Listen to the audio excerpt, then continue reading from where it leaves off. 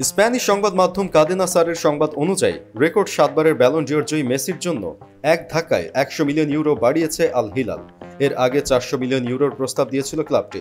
অর্থাৎ নতুন প্রস্তাবে 500 মিলিয়ন ইউরো অর্থাৎ অর্ধ বিলিয়ন ইউরো পাবেন আর্জেন্টাইন অধিনায়ক। মেসিকে পাওয়ার দৌড়ে আছে তার পুরনো ক্লাব বার্সেলোনাও। তবে আর্থিক জটিলতার কারণে তাকে ফেরানো কঠিন হবে লা লিগার পরাশক্তিদের। এদিকে পিএসজির সঙ্গে মেসির সম্পর্ক নিয়ে দিনে দিনে অবনতি হচ্ছে। চুক্তি নবায়ন নিয়ে কয়েক দফা আলোচনা চললেও তা আলোর মুখ দেখেনি। বার্সেলোনার সঙ্গে সম্পর্কের ইতি ঘটার পর 2021 সালের আগস্টে পিএসজিতে পাড়ি জমিয়েছিলেন তিনি। ক্লাবটির হয়ে এখন পর্যন্ত 71 ম্যাচে 31 গোল করেছেন মেসি। সতীর্থদের দিয়ে করিয়েছেন আরও 34 গোল। অন্যদিকে বছরের শুরুতে সৌদি আরবের ক্লাব আল নাসরে যোগ দিয়ে বেশ চমক জাগিয়েছিলেন ক্রিশ্চিয়ানো রোনালদো। সেখানে তার সময়টা কাটছে এই ভালো এই খারাপ এরকম পরিস্থিতিতে। হাত ফসকানো দুটি লিগ শিরোপার পর রোনালদোরা সৌদি প্রো লিগও হারানোর ঝুঁকিতে আছেন। এমন পরিস্থিতিতে কিছুদিন পরপরই পর্তুগিজ তারকার ইউরোপে ফেরা নিয়ে গুঞ্জন ওঠে।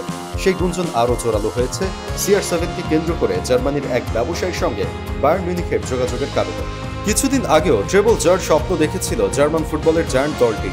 বুন্দেসলিগা, চ্যাম্পিয়ন্স লিগ ও জার্মান কাপে তাদের বেশ সুযোগও ছিল ফুটবলারদের দারুণ ফর্মও। অথচ এখন সম্পূর্ণ বিপরীত অবস্থানে আছে বাভারিয়ানরা। কেননা 3টি শিরোপাই বায়ার্নের হাতছাড়া হয়ে গেছে। দলের এমন শোচনীয় অবস্থায় পরবর্তী মৌসুম নিয়ে ভাবতে শুরু করেছে ক্লাব কর্তৃপক্ষ, যেখানে আল নাসেরে থাকা রোনালদোকে বাভারিয়ান শিবিরে ফেরানোর দাবি উঠছে। এমন চমকে দেওয়া তথ্যটি জানিয়েছে জার্মান একটি পত্রিকা, নাম অ্যাবেন্ডজাইটাং মিউনিখ। সংবাদ মাধ্যমটি বলছে বায়ার্ন সভাপতি অলিভার কানের কাছে ইমেইলে বার্তা পাঠিয়েছেন মার্কাস শন নামে একজন ব্যবসায়ী। হয়তো এই তথ্যটি স্বাভাবিক মনে হতে পারে, কিন্তু যে বিষয়টি উল্লেখ্য সেটি হলো শন একজন ইন্টারনেট বিলিয়নিয়ার। পত্রিকাটির বরাত দিয়ে ফরাসি সংবাদ মাধ্যম ফুড মার্কোতা বলছে, শন স্বপ্নবিলাসী কেউ নন, কিন্তু তিনি একজন পাক্কা ব্যবসায়ী। তাই তার এমন বার্তায় গভীর অর্থ থাকতে পারে।